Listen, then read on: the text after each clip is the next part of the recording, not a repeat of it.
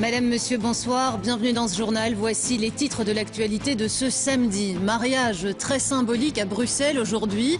Olivier Deleuze a uni 8 couples homosexuels italiens via Internet. Dans leur pays, comme dans la majorité des pays européens, ces unions restent interdites. 4 ans après la catastrophe de Boisingen, nous ferons le point sur l'évolution de la sécurité du rail. Pour les trains passagers, il y a eu de gros progrès. Pour les trains marchandises, en revanche, il reste des lacunes. Le rapatriement d'une Congolaise ce matin, contesté par certains passagers du vol à destination de Kinshasa. Parmi ces passagers, la députée bruxelloise Gisèle Mandaïla, qui a été débarquée de l'avion. Nous écouterons son témoignage. 2000 recrues venues d'Europe de l'Ouest sur le front syrien. On en est là aujourd'hui. Le juge antiterroriste français, Marc Trévidic, lance un cri d'alarme.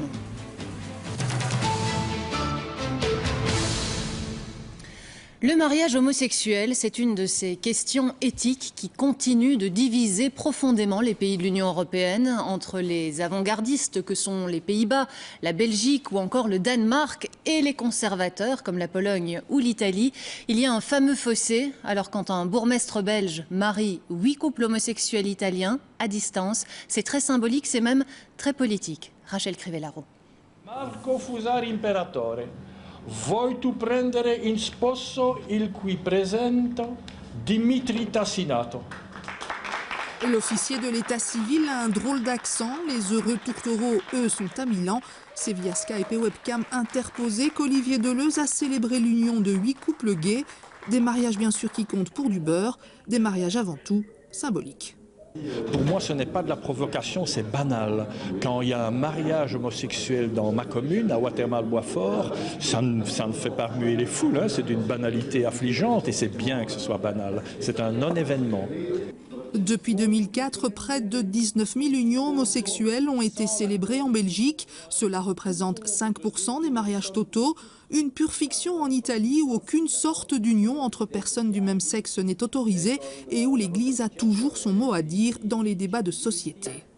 On donne un coup de pied dans la fourmilière en Italie. Et le but, c'est d'expliquer à nos frères et sœurs italiens qu'il n'y a rien de mal à reconnaître un mariage d'homosexuels. L'important, évidemment, nous voulons vivre dans un monde de tolérance et de paix.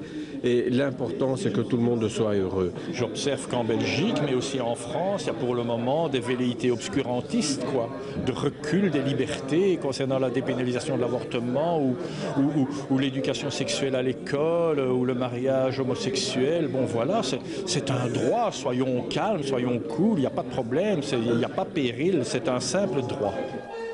Ce matin, un édile de Boisfort a donc célébré l'union du modèle belge et de la communauté gay et lesbienne d'Italie, un mariage mixte pour le pire et le meilleur. Cérémonie du souvenir ce matin à Boisingen, 4 ans après la catastrophe ferroviaire qui a coûté la vie à 19 personnes. Les proches des victimes attendent toujours des réponses. L'enquête judiciaire n'est pas terminée et pour les familles, c'est difficile à comprendre. Je vous propose d'écouter cette réaction recueillie par nos équipes ce matin. Les familles endeuillées doivent aussi savoir pour ce qui s'est passé réellement, pour pouvoir placer l'élément, pour pouvoir placer ce drame, pour pouvoir faire vraiment leur deuil. C'est un scandale qu'après 4 ans, on ne sait toujours rien. C'est pas normal, c'est pas acceptable. Cela dit, la SNCB n'a pas attendu la fin de cette enquête pour améliorer la sécurité du rail, sérieusement mise en cause après la catastrophe. Rapidement, elle s'était engagée à équiper les trains du système de freinage automatique TBL1+. Et elle a tenu promesse puisque aujourd'hui, tous les trains passagers en sont équipés. En revanche, ce n'est pas le cas pour les trains de marchandises. Alors pourquoi ces 2 poids, 2 mesures? Élément de réponse avec Dominique Dussin.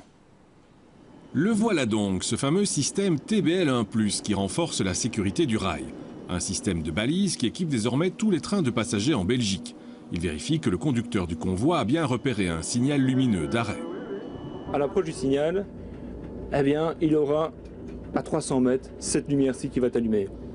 Et ça lui imposera cette vitesse réduite. Si jamais il la dépasse quand même, qu'est-ce qui se passe? À ce moment-là, il y a freinage d'urgence et le convoi va s'arrêter. Après l'accident de Boesingen, la SNCB s'était engagée à équiper toutes ses locomotives de TBL 1+. Pour les trains de passagers, c'est fait depuis le 31 décembre dernier. C'est le cas aussi pour la filiale marchandises SNCB Logistics qui représente 80% du marché belge. Mais le transport de marchandises est libéralisé en Europe depuis le 1er janvier 2012. Et désormais, une dizaine d'acteurs privés, belges et étrangers, circulent sur nos voies.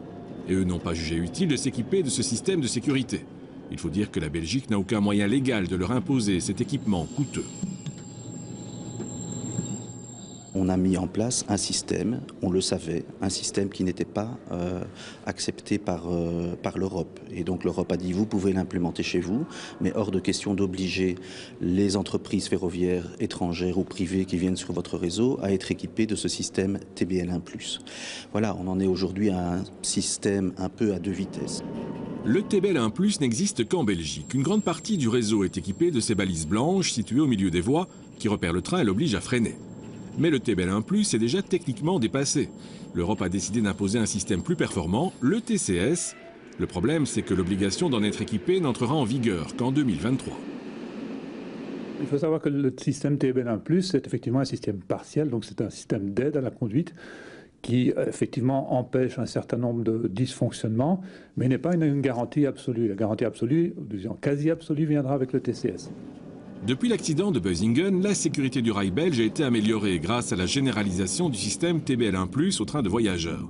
Mais les trains de marchandises restent pour partie aussi dangereux qu'avant, alors qu'ils roulent sur les mêmes voies et transportent parfois des matières très dangereuses. Pour le moment, les initiatives belges visant à généraliser des systèmes de sécurité aux sociétés privées de transport de marchandises se heurtent au veto européen, au nom de la libre concurrence et de la libre circulation. Le vol Bruxelles-Kinshasa de ce matin ne s'est pas totalement déroulé comme prévu. C'est qu'il y avait d'abord une femme expulsée de notre territoire. Ses pleurs et ses cris semblent avoir ému certains passagers qui ont décidé de protester. Et parmi eux, la députée bruxelloise Gisèle Mandaila. Tous ont été débarqués de l'avion et arrêtés administrativement. Sylvia Falcinelli. Quand nous retrouvons Gisèle Mandela dans le hall de l'aéroport, elle est en chaussettes. Ses chaussures et ses affaires sont restées dans l'avion, nous dit-elle. Tout a commencé alors que la députée cherchait à se rendre à Bukavu via Kinshasa. Dans l'avion, la police procède au rapatriement d'une femme congolaise en pleurs. Émotion chez les passagers. La députée bruxelloise nous explique avoir tenté de jouer les médiatrices. Moi, quand je suis arrivée, elle pleurait et puis son bras qui était pris par l'autre policier, mais elle s'est tordée de douleur. Et je demandais juste qu'on la libère parce qu'elle avait la ceinture, qu'elle puisse voyager les mains libres. Le policier me disait non, si avec le bras ça suffit pas, je mets des menottes. Gisèle Mandela est choquée par les conditions du rapatriement. Elle prend ses photos, mais impossible d'en tirer la moindre conclusion. Finalement, l'expulsion est stoppée. La députée voit arriver une vingtaine de policiers et elle est débarquée du vol avec 4 autres passagers. Tous sont arrêtés administrativement. L'histoire se poursuit à l'arrivée au poste, dans le fourgon. Je dis non, mais alors moi je descends pas si j'ai pas mes chaussures. Trouvez-moi ne fût-ce que des babouches parce qu'il fait froid. J'ai 4 policiers qui rentrent dans la fourgonnette, dont un qui me donne un coup. Et puis bon, voilà. La police fédérale confirme l'arrestation administrative et renvoie pour le reste à la ministre de l'Intérieur. Joëlle Milquet s'étonne que les passagers aient été débarqués et pour faire toute la lumière sur l'affaire, elle annonce l'ouverture d'une enquête.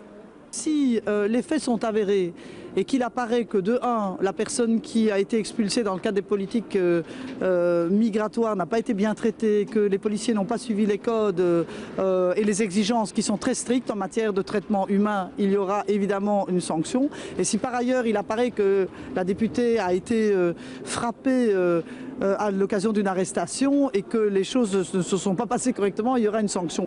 De son côté, la députée bruxelloise réfléchit à déposer plainte et elle reprend l'avion demain pour poursuivre son voyage interrompu. Les Européens, de plus en plus nombreux en Syrie. Il serait près de 2000 jeunes aujourd'hui à avoir rejoint les rangs des rebelles islamistes, des candidats au djihad, dont l'exode s'est accéléré ces derniers mois. Pour le juge antiterroriste français Marc Trévidic, la situation est grave, mais en France, comme en Belgique, on peine à trouver des solutions pour prévenir le phénomène. Antoine Charlier. Converti à l'islam le plus radical, ce jeune Toulousain est parti combattre en Syrie l'été dernier.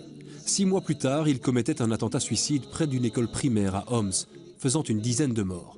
Peu avant, il postait 7 appels sur Internet. Oh mes frères de France, mes frères Allah de France, d'Europe, du monde entier, Inch'Allah, le djihad en Syrie il est obligatoire. Répondant à l'appel, le demi-frère de Nicolas Bons, à gauche de l'image, s'est lui aussi engagé sur le front syrien. Il est mort quelques semaines après son arrivée dans des combats aux portes d'Alep. Pour le juge antiterroriste Marc Trévédic, ces deux exemples ne sont qu'une petite partie visible du phénomène. Les choses s'aggravent. Donc si on n'invente pas des choses, si on n'essaie pas de traiter un peu les causes, c'est-à-dire comment, quand il y a des sonnettes d'alarme, par exemple des parents prennent contact avec des autorités, comment on peut avoir un référent qui va pouvoir prendre en charge le môme, lui expliquer qu'il ne faut pas qu'il parte, que c'est pas ça, que l'islam ne l'oblige pas du tout à aller combattre à l'autre bout de la planète. Ça, c'est évident qu'il faut le faire. Voilà, jusqu'à présent, on s'est reposé uniquement sur la justice antiterroriste, c'est-à-dire la répression, uniquement. C'est un échec, un constat évident, c'est un échec. Les autorités françaises estiment que près de 700 de leurs ressortissants combattraient actuellement en Syrie. Mais la Belgique est aussi concernée, comme le démontre cette vidéo dans laquelle apparaissent quelques jeunes djihadistes revendiquant leur identité belge. Ils seraient aujourd'hui entre 100 et 300 à combattre sur le front syrien.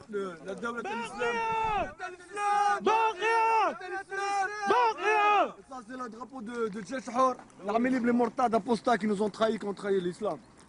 Pour tenter d'endiguer le phénomène, le gouvernement fédéral a mis sur pied un plan de lutte contre la radicalisation qui implique les écoles, le secteur associatif et les lieux de culte notamment. Mais pour certains bourgmestres concernés, le dialogue mené avec les autorités locales serait loin de favoriser le travail préventif. Moi, comme bourgmestre, je ne me sens pas impliqué dans ce plan, puisque précisément on nous dit il y a des ressortissants de votre commune qui sont partis ou en voie de partir, mais on vous demande de ne pas agir pour ne pas perturber les enquêtes judiciaires ou les enquêtes de la sûreté de l'État. Fort bien, mais comment fait-on alors si on veut mener plutôt une politique de prévention? Sans information, nous, on ne peut pas agir, et je trouve ça quand même dommageable. Une difficile articulation entre prévention et enquête à visée répressive que les autorités de France et de Belgique devront pourtant résoudre pour éviter de nouveaux départs. Chez nous, beaucoup de poignées de main, de visites d'entreprise, de clichés souvenirs. Les hommes et femmes politiques sont sur tous les fronts. À 99 jours des élections, il faut être vu, occuper le terrain un maximum. Le Premier ministre lui-même est plus actif que jamais. Nous avons suivi Elio Di Rupo au cours d'une de ces journées à l'agenda bien rempli. Le reportage d'Aurélie Fogli. 11h, le Premier ministre est ponctuel et ça tombe bien. Il est attendu au programme la visite du centre de Bruxelles Formation dédié aux jeunes demandeurs d'emploi. Nous allons donc monter, voir 2 salles de cours. Elio Di Rupo se laisse guider bien volontiers car pour lui ces visites sont importantes à plus d'un titre. Ça importe beaucoup. D'abord, quand je me déplace, j'attire l'attention sur ce que l'on fait, donc à la fois sur l'entreprise et sur, par exemple, Bruxelles Formation, mais aussi à titre personnel, j'apprends beaucoup. Pour ce qui est d'attirer l'attention, les flashs crépitent bien, quelques-uns envoyés par des médias, mais pour le reste, quand on demande... Vous travaillez pour quel média? Je suis stagiaire. Pour le PS. Vous faites quoi? Alors nous on fait des petites capsules vidéo. C'est pour le Parti Socialiste? Pour le Parti Socialiste, oui, tout à fait, ouais. Vous travaillez pour un média? Pour Elio Di Rupo. Ah, okay. Et des photos, madame en a pris pas mal ces derniers temps. Soirées débats, conférences, salons, visites d'entreprises et d'hôpitaux. Hors obligation, depuis le 1er janvier, Elio Di Rupo a fait 12 sorties du genre. Par comparaison, durant la même période l'an dernier, il en avait fait 2. Mais pas question pour le premier d'y voir un Z électoral. D'une manière générale, on essaye d'être au maximum sur le terrain. Je l'ai quasiment toujours fait. Mais maintenant, bien entendu, ça se voit un peu plus. C'est une dynamique de campagne aussi? Non, ce n'est pas une dynamique de campagne, c'est une dynamique de Premier ministre. Un premier très à l'aise dans l'exercice, les jeunes présents semblent apprécier, mais pas question pour autant de traîner. Midi, c'est l'heure de la deuxième visite du jour, cette fois dans une société d'informatique de pointe.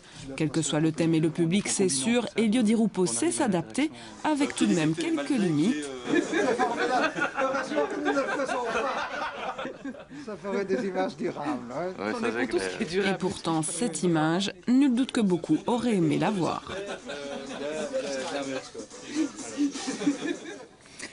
Et à 99 jours des élections, le débat de mise au point posera cette question provocatrice demain. Élection piège à con. Beaucoup d'électeurs ont aujourd'hui les pieds de plomb. Alors faut-il faire évoluer notre mode de scrutin? Élément de réponse demain dès 11h25. Et sachez que l'invité de l'Indiscret sera le président du PS, Paul Magnette. Dans la suite de ce journal, direction le port d'Anvers, nous verrons que l'explosion du commerce mondial a totalement bouleversé les pratiques des douaniers. La Stromae Mania ne se dément pas. 3 nouvelles récompenses pour le chanteur bruxellois hier aux Victoires de la musique à Paris. Dans un instant, nous reviendrons également sur les meilleurs moments de la rencontre entre Charleroi et le Standard. Mais avant cela, cette information révélée par le journal L'Écho ce matin, le groupe GDF Suez et sa filiale belge Electrabel sont soupçonnés d'évasion fiscale. Une enquête a été ouverte par l'inspection spéciale des impôts, l'ISI. GDF Suez conteste formellement le contenu de l'article publié ce matin. Le capitalisme au musée. Le premier musée du capitalisme vient d'ouvrir ses portes en Belgique à l'université de Namur. C'est une initiative citoyenne pour prendre un peu de recul sur le fonctionnement de notre société. Daniel Welter. Ils ont entre 25 et 32 ans. Après une visite au musée du communisme à Prague, ils se sont dit et pourquoi pas un musée du capitalisme à Namur. Mais au fait, à quand remonte le capitalisme ? C'est compliqué parce que pour certains, comme on peut le voir, ça commence en 986 au Groenland. Pour d'autres, c'est plus au moment vraiment de la révolution industrielle que le capitalisme prend son essor. Pour d'autres, c'est au moment des échanges médiévaux. Voilà, il y a énormément de pistes. Le capitalisme, au départ, c'est pour un mieux, comme l'explique ce document des années 50, les portes de l'abondance. Grâce au capital, on mange mieux, on vit mieux. Hommes, femmes et enfants peuvent aujourd'hui connaître de nombreux moments de détente. Des loisirs mérités qui leur permettent de profiter à leur tour de ce que les autres ont produit. C'est le rêve américain qui dépasse les frontières, le capitalisme qui favorise l'ascenseur social. Ainsi, entre Bill Gates, Jean-Claude Van Damme et Obama, on retrouve Elio Di Rupo. C'est vrai qu'il y a Barack Obama, par exemple, qui lui était d'un milieu modeste et qui est devenu président. Et Elio Di Rupo, c'est l'idée de dire que c'est quelqu'un qui est fils d'immigrés italiens, de mineurs, et que grâce à lui-même, à ses études, il a pu devenir Premier ministre de son pays. Mais le capitalisme a aussi montré ses limites, ses dérives. Prenons un litre de lait, seuls 3% reviennent encore aux producteurs. Thatcher dira qu'il n'y a pas d'alternative. Ici, on veut encore y croire. Tous, c'est sûr qu'on avait un intérêt, en tout cas pour le monde, on va dire au sens très large, la société, et ce qui ne va pas dans la société. Et le musée est venu comme une manière intéressante de partager cette sensibilité avec d'autres gens. Le musée du capitalisme se veut avant tout une initiative citoyenne. À chacun de se faire sa propre idée du capitalisme. Et des alternatives au système capitaliste, il en existe. Aujourd'hui, certaines personnes ont décidé de se meubler et de décorer leur logement sans dépenser un sou. Voilà qui témoignerait d'une vraie tendance, le tout gratuit. Le reportage de Pauline Chavot. Cette imprimante flambant neuve ne lui a rien coûté, tout comme ce lecteur CD en parfait état de marche. Et leur magasin, c'est ici. On a trouvé ce pouf dans la rue et du coup on va le prendre quoi. Et il est comment? Il n'est pas cassé? Pas du tout? Il est un peu, les pièces chipotent un peu quoi, mais franchement avec une vis ou deux de chaque côté, ça bougera plus quoi. Les gens ont l'habitude de jeter des fois des affaires qui sont pas du tout cassées. À Bruxelles, on jette plus de 4000 tonnes d'encombrants dans la rue chaque année. Une charge importante pour les services de propreté de la ville, une aubaine pour certains. On n'a que des trucs qu'on n'a pas achetés en fait. Il était dans un sac en plastique, mais encore tout dans sa boîte d'origine, emballé et mise comme ça avec plein d'autres poubelles. Laisser des objets dans la rue en attendant que quelqu'un l'emporte, rappelons-le, c'est illégal. Ici, en revanche, tout ce qui se trouve dans ce dépôt n'est pas à vendre. Tout a été collecté via un groupe de dons sur Internet et c'est gratuit. Le concept, c'est simple, les gens s'inscrivent, on vérifie qu'ils sont bien de Belgique, comme ça on cible les personnes. Et puis, s'ils ont une affaire à donner, ils mettent l'annonce, ils l'offrent au sein du groupe et puis les premières personnes intéressées réagissent. On savait déjà que le troc était en vogue. À présent, voici fleurir un nouveau système de seconde main, mais où plus rien ne s'achète ni ne se vend. On donne, tout simplement. Focus à présent sur un métier en pleine mutation en Europe, le métier de douanier. C'est que le commerce mondial a explosé ces dernières années. Ce sont des millions de tonnes de marchandises qui transitent d'un pays à l'autre chaque année. Et tout est mis en œuvre d'ailleurs pour faciliter ces échanges commerciaux. Les douaniers ne sont pas pour autant plus nombreux, alors ils doivent s'adapter. C'est un dossier préparé par François Mazur. Pour trouver encore des douanes dans une Europe sans frontières, c'est vers les ports et aéroports qu'il faut se diriger. Nous sommes à Anvers, deuxième zone portuaire européenne après Rotterdam. Ici, plus de 8 600 000 conteneurs circulent chaque année. Et dans cette jungle d'acier au trafic frénétique, ne cherchez pas les douaniers. Ils ont quitté le bord des quais et abandonné leur flair légendaire pour le troquer contre des programmes informatiques. Ainsi, un peu plus loin dans les terres, voici les gardiens de nos frontières. L'Europe a limité leurs compétences. Désormais, c'est un logiciel basé sur le croisement de données statistiques qui désigne les conteneurs à contrôler. Dans le temps, nous faisons notre propre sélection, nous-mêmes. Mais maintenant, c'est réglé par le système Bruxelles qui fait la sélection pour nous. Et vous avez l'impression que vous trouvez plus qu'avant avec le nouveau système informatique? L'impression, personnellement, moins. Des douaniers qui se sentent moins efficaces, d'autant que leurs effectifs fondent à vue d'œil, alors que le trafic, lui, ne cesse d'augmenter. En 10 ans au port d'Anvers, le nombre de conteneurs entrants a fait x2. Le trafic a doublé, est-ce que le nombre de douaniers a doublé? Non, le nombre de douaniers n'a pas doublé, donc on est aidé. Les technologies nous permettent aussi de pouvoir suivre cette évolution du nombre de conteneurs. Parmi ces technologies, les ports européens se sont dotés de scanners géants. Les conteneurs sélectionnés sont transportés ici. Seuls 1% des cargaisons sont contrôlées. Le scan ne dure que quelques minutes. L'image est ensuite analysée par les douaniers. Là où un contrôle classique pouvait prendre jusqu'à 5 heures de travail, ici, l'opération dure à peine une demi-heure. Ce n'est que si un chargement semble suspect que le douanier peut exercer son travail de contrôle et exiger l'ouverture de la cargaison. Dans le temps, quand nous faisons notre sélection nous-mêmes, nous avons plus de constatations. Ça arrive qu'on voit le conteneur avec la main contenue 5 fois en 2 semaines. En fait, le logiciel qui détermine les cargaisons à contrôler ne semble pas encore optimal. Nous nous sommes rendus dans une entreprise privée qui gère pour plus de 1000 clients à travers le monde les documents administratifs de contrôle douanier. S'ils reconnaissent la facilitation des échanges avec ce système, ces employés ont pu constater ces lacunes. Les autorités douanières ont mis en place un système de pyramide inversée. Ce sont toujours les mêmes produits qui sont sélectionnés. Par exemple, un client qui importe un conteneur de déchets. En janvier, il sera contrôlé. Il sait à l'avance qu'il sera aussi contrôlé en février, en mars, et ainsi de suite, alors qu'il n'a peut-être rien à se reprocher et qu'il ne paye d'ailleurs aucune taxe. Toutes ces évolutions témoignent de la réorganisation du commerce international. La mondialisation impose toujours plus de fluidité, toujours plus de vitesse dans la circulation des marchandises. Et l'Organisation mondiale des douanes a dû s'y plier.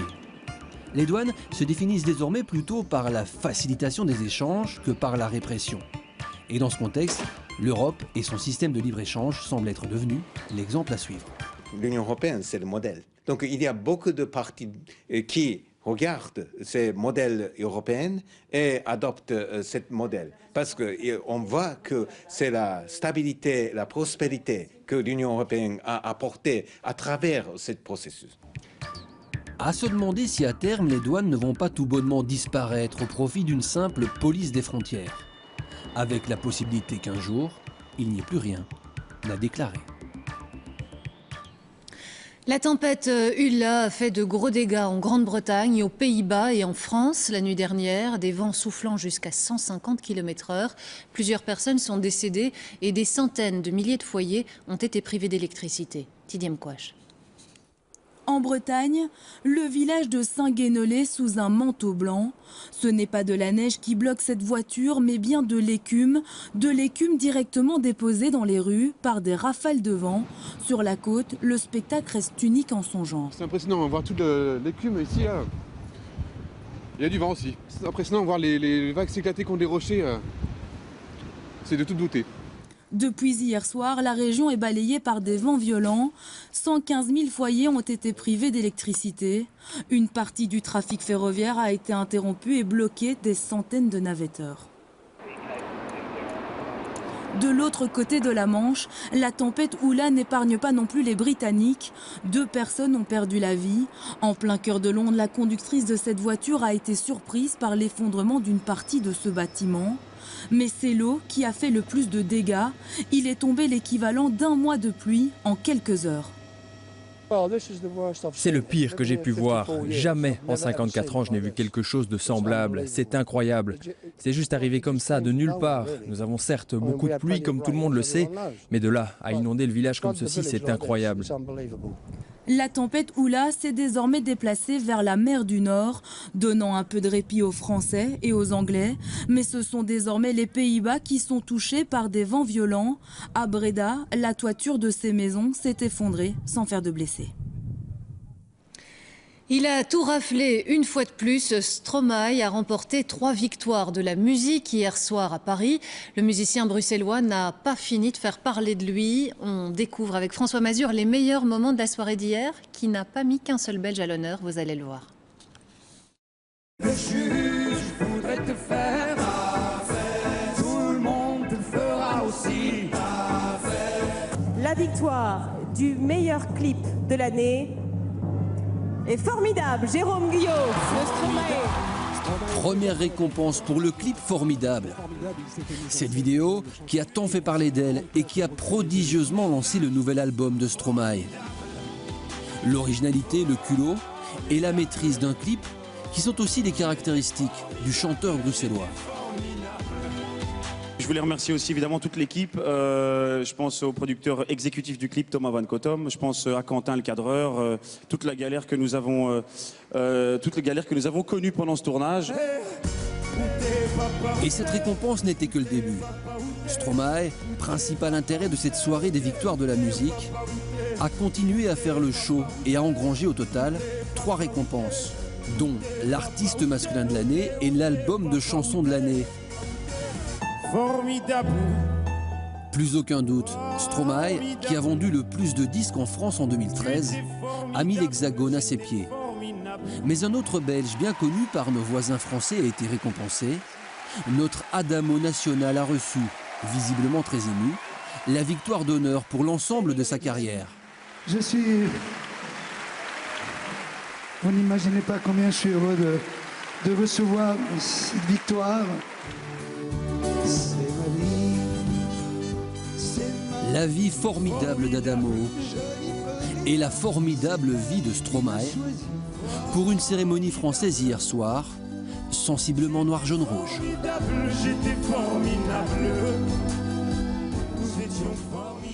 Au carnet mondain, l'annonce de ses fiançailles entre le prince Amedeo et Elisabetta Maria Rosbosch von Wolkenstein, le fils de la princesse Astrid, à 28 ans. Il vit à New York avec cette jeune journaliste italienne depuis quelque temps déjà. Leur mariage est attendu cet été. Aux Jeux Olympiques d'hiver, notre compatriote Bart Swings est arrivé 10e aujourd'hui en finale du 1500 mètres en patinage de vitesse. Petite déception puisqu'il visait la médaille sur cette distance. Il s'alignera encore mardi sur 10 000 mètres cette fois.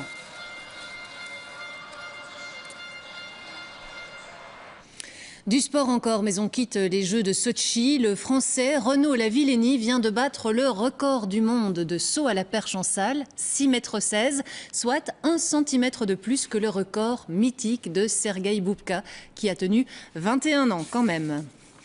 En football, 26e journée de championnat chez nous. Charleroi recevait le Standard à 18 h. Le compte-rendu de ce derby wallon qui vient tout juste de se terminer avec Thibaut Rinchon. Charleroi-Standard, le 100e derby wallon pour conforter une première place liégeoise ou reprendre confiance côté Carolo après 3 défaites en 4 rencontres. Charleroi tente de prendre les choses en main après 5 minutes. Saglic ne concrétise pas une belle première offensive zébrée.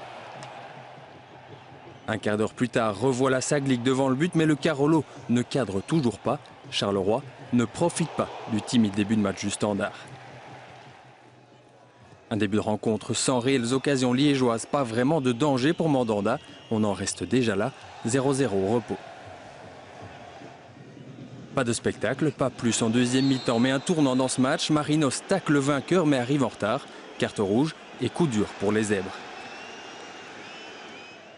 Il reste un quart d'heure de jeu. Le Standard profite de sa supériorité numérique. Dès Camargo est bien trop libre pour tenter sa chance. La défense Carolo sauve une fois, pas deux, 0-1, car c'est là inscrit son premier but de la saison. Réaction des Zèbres quelques minutes plus tard. Charleroi ne veut pas lâcher. Thiaré passe tout proche de l'égalisation Carolo. Mais l'avantage restera liégeois. Score final 0-1. Le Standard se sort sereinement de ce derby wallon.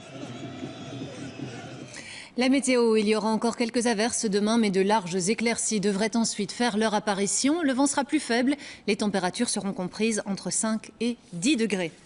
Prochain rendez-vous avec l'info, c'est à 22h30. Le 12 minutes est présenté ce soir par Éric Bévert. Très belle soirée à vous, à demain.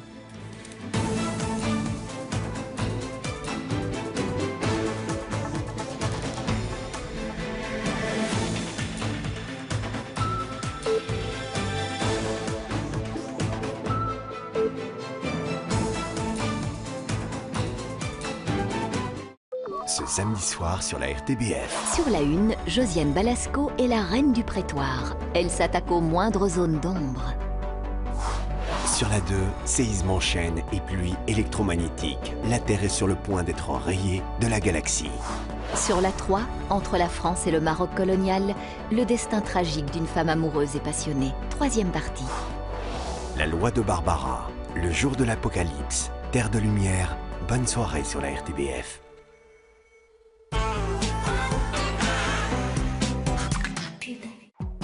Maintenant, chez McDonald's, quand on accompagne son McMenu d'un café, on reçoit une tasse. Gratuite, colorée et à collectionner. Anthony, c'est mon pote, mais il a toujours des plans foireux. C'est quoi ce truc? J'ai plus de crédit, tu comprends? Plus d'SMS, plus d'appels,